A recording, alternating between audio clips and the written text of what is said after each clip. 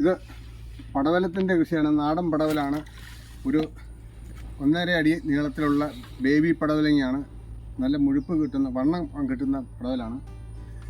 ഈ നിരത മുഴുവനും പടവലവും ഇത് അതിൻ്റെ ഇടവഴിയുള്ള ചെറിയ കൂനകൾ കുക്കുംബറുമാണ്. ഇത് ജൈവികമായിട്ടാണ് ഈ കുക്കുംബർ ഇട്ടേക്കണേ. ജൈവവളം മാത്രമേ ആ കുക്കുംബറിന് ഇട്ടുള്ളൂ. ഇതിന്മേ കുക്കുംബറിന് പൂവൊക്കെ കുത്തിയിട്ടുണ്ട്. അതുപോലെ പടവലാണെങ്കിലും പന്തലിച്ചിട്ടുണ്ട്. ഇടയ്ക്ക് ഓരോന്ന് മുരടിപ്പിൻ്റെ അസുഖമുണ്ട്.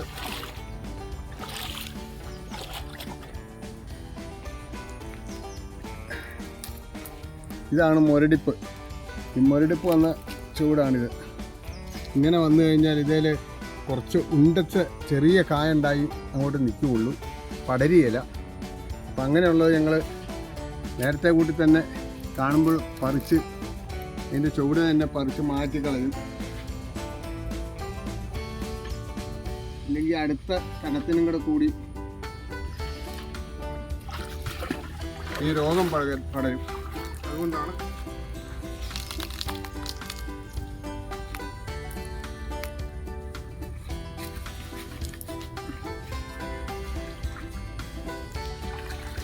ഇതിനധികം വേരൊന്നുമില്ല.